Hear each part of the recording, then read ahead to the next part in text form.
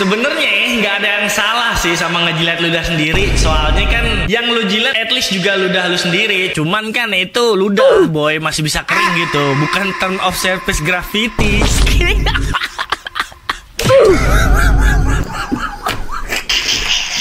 Orang mungkin bilang kayak streamer lain udah pada sibuk nyobain early access Ragnarok 3. Nih si Bagus masih aja ngurusin game gepeng anjir. Nih buat lu nih ya yang masih usaha buat gua main Hero 3, kata gua mending nyerah aja sih sumpah. Gue sih juga sebenarnya nggak tahu di channel bakal kemana ke depannya. Cuman gue juga kagak mau kayak lupa dataran gitulah. Harus gua akuin juga Hero gepeng tuh udah banyak ngebantu gue sih jujur aja. Toh juga apapun yang terjadi kayaknya rencana Hero apa yang bakal rilis juga ke depannya orang kayaknya bakalan masih inget sih sama nih Hero gepengnya asli. Cuman sih saran gue kalau lu tiba-tiba datang kemari buat nyuruh coba main Hero 3 mah mending lu kalahin dulu dah tuh jumlah total sawarianya Rendes anjir.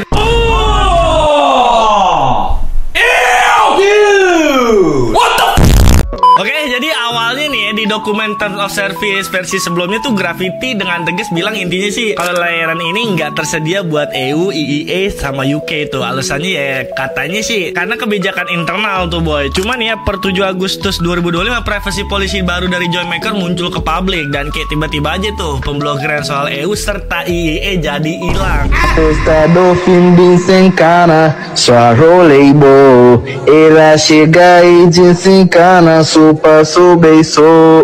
Menariknya sih di sini setelah gue baca ya dengan teliti ini peraturan gak cuma hilang doang tuh. Malah di sini lu kayak bisa lihat Graffiti nambahin bab khusus buat pengguna IE dan UK lengkap soalnya nunjukin keseriusan lo. Kayak abis diputusin sama pacar lo yang tobrut, pirang, punya tato kupu-kupu, yang mau nerima lo sebagai mandul carry lewat WA sih asli. Ya.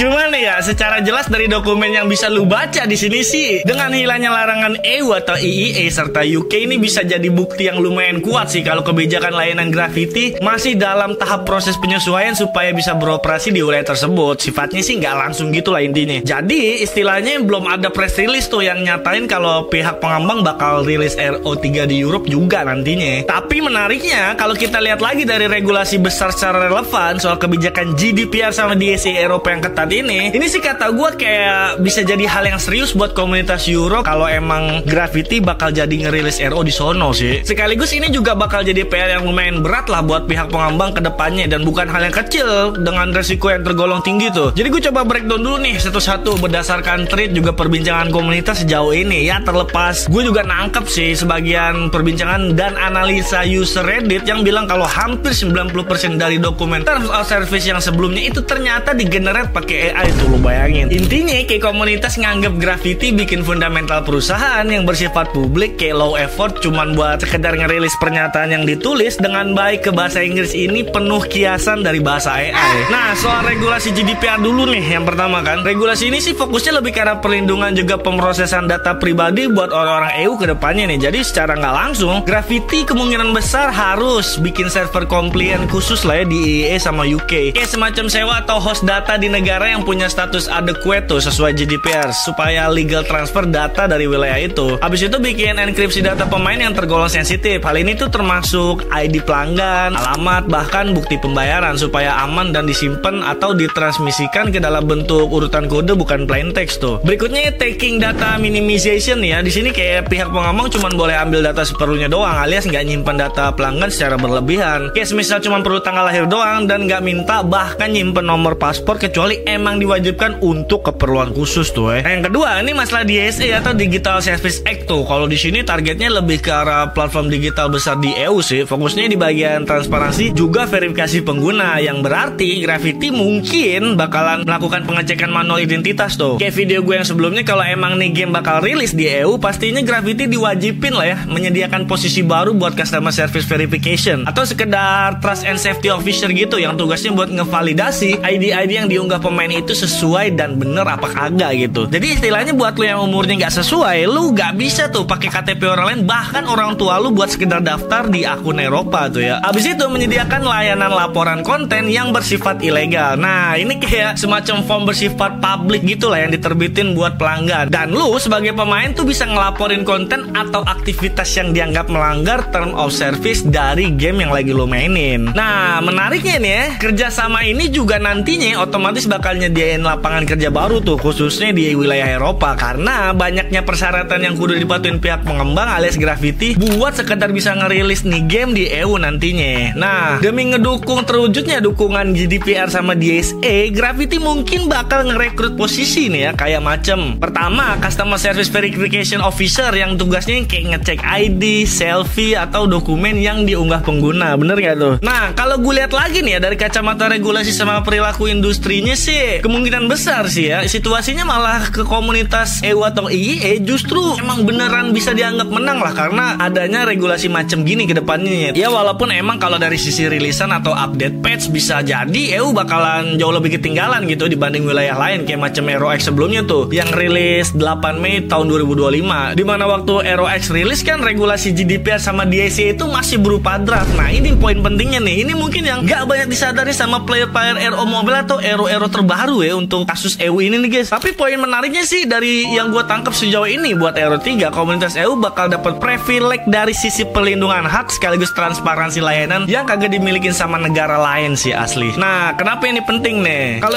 RO 3 jadi rilis di wilayah EU, kemungkinan besar nih orang yang pada main di EU bakalan ketinggalan konten awal atau update patch dibanding wilayah lain. Masuk akal kan? Ya analogi gampangnya sih kayak lo berobat pakai duit pribadi versus orang yang berobat pakai BPJS tuh.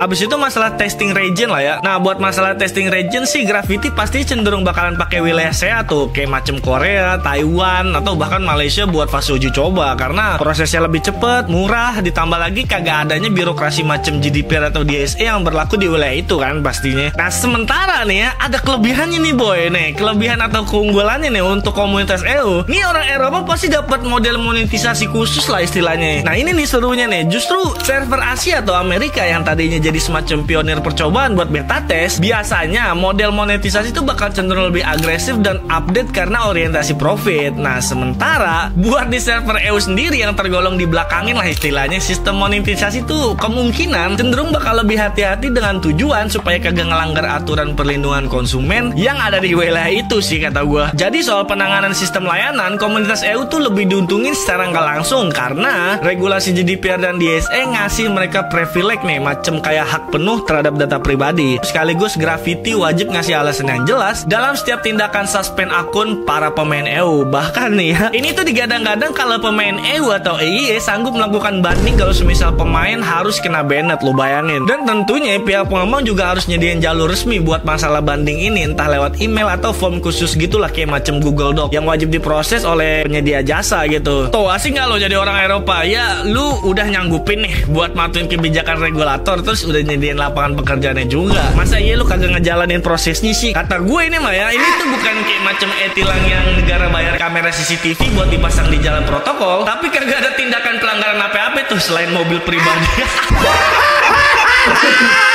Goblok.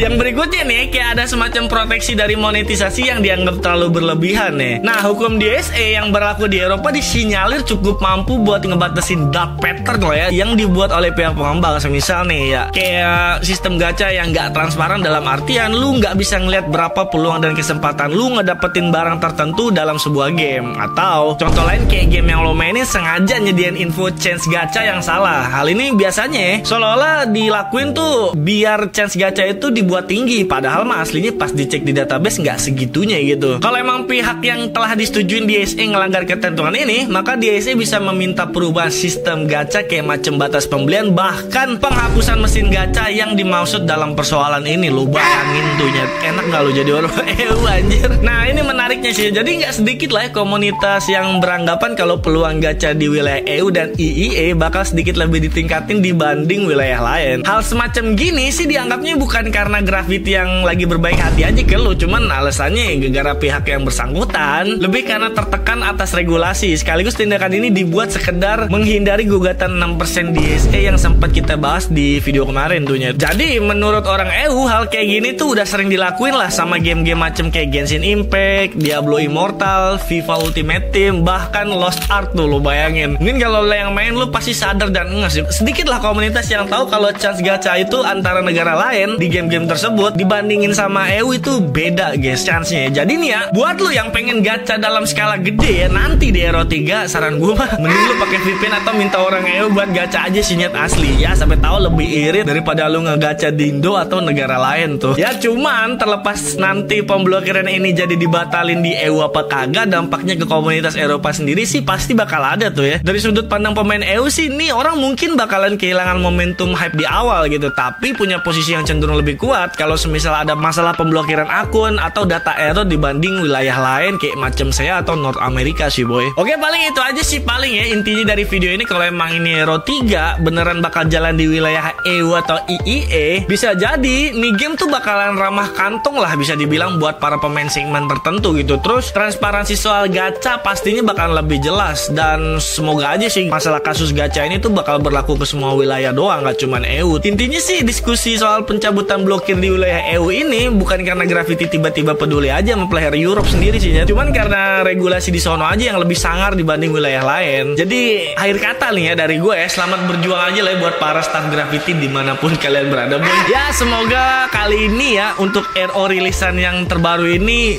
bukan cuman ngebawa gacha ke puncak rantai nostalgia nih ya, tapi bisa juga bawa konten-konten yang istilahnya layak lah buat dimainin sama orang-orang yang beneran into ke Ragnarok dari versi yang sebelumnya itu. Oke, jadi sekian aja jumpa ke kita di video kali ini. Pokoknya terima kasih banyak buat kalian yang sekedar mampir atau yang masih nonton video ini ya. Salam aja dari gue kadang bagus. Mohon maaf apabila salah kata. Thanks for watching. Sampai jumpa di video selanjutnya guys. Bye bye. Oh bulan jangan menangis, bersinar terang meski kau